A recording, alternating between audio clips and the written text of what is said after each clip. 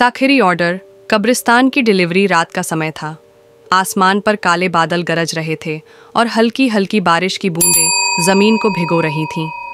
सुनसान गली से गुजरता हुआ कमरान नाम का डिलीवरी बॉय अपनी बाइक पर बैठा बार बार मोबाइल का नक्शा चेक कर रहा था। उसे कंपनी की ऐप पर एक नया ऑर्डर मिला था। रिसीवर का एड्रेस देखकर उसकी आंखें फटी की फटी रह गईं। Grave number 43 old cemetery road. Kamran ने पहले सोचा कि शायद ये कोई मजाक है, मगर तभी ऑर्डर की कंफर्मेशन नोटिफिकेशन आई और अकाउंट में एडवांस पेमेंट भी ट्रांसफ़र हो गई। पेट की मजबूरी थी, इसलिए उसने हिम्मत जुटाई और कब्रिस्तान की ओर चल पड़ा। बाइक कब्रिस्तान के गेट पर रोकी। अंदर का नज़ारा उसकी रूह तक हिला देने वाला था।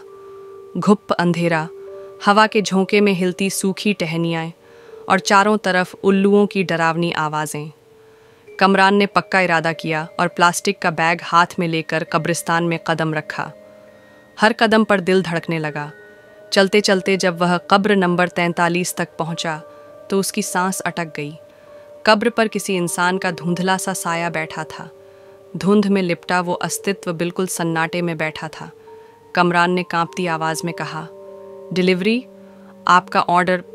अचानक वो साया धीरे धीरे सिर उठाता है। उसकी आंखों से आग जैसी लाल रोशनी झलक रही थी। चेहरे की हड्डियां बाहर झांक रही थीं। पीला, सूखा और आधा सड़ा हुआ चेहरा। कमरान के पैर कांपने लगे, लेकिन वो शख्स, या शायद कुछ और, आगे बढ़ा और खुरदुरी आवाज़ में बोला, धन्यवाद, तुम समय पर ले आए। हमें भूखा रहना अच्छा नहीं लगता। कमरान ने कांपते हाथों से बैग आगे बढ़ाया और कब्र पर रख दिया। अगले ही पल ज़मीन हल्की सी कांपी और कब्र के अंदर से कई सड़े हुए हाथ बाहर निकले।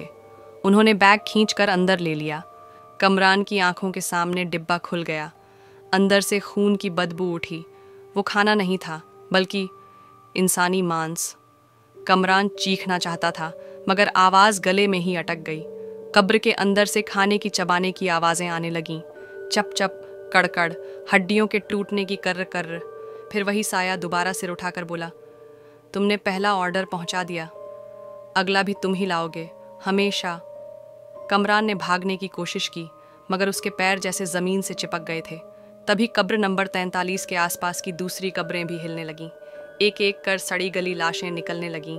उनकी आंखें लाल, जुबानें लंबी और दांत नुकीले। वे सब एक साथ कहने लगे, डिलीवरी बॉय आ गया, अब इसकी डिलीवरी हमारी है। अगले ही पल दर्जनों हाथों ने उसे पकड़कर ज़मीन के अंदर घसीट लिया। अंधेरे, बदबू और हड्डियों की चरमराहट के बीच उसकी आखिरी चीख गूंजी, बचाओ। कुछ देर बाद कब्रिस्तान फिर वैसा ही खामोश हो गया। बस कमरान की बाइक बाहर खड़ी थी। इंजन अब भी हल्की हल्की आवाज़ में चल रहा था। उस रात के बाद ग्रेव नंबर 40 इंच पर दिया गया हर नया ऑर्डर कभी किसी रेस्टोरेंट के डिलीवरी बॉय तक वापस नहीं पहुंचा। The end.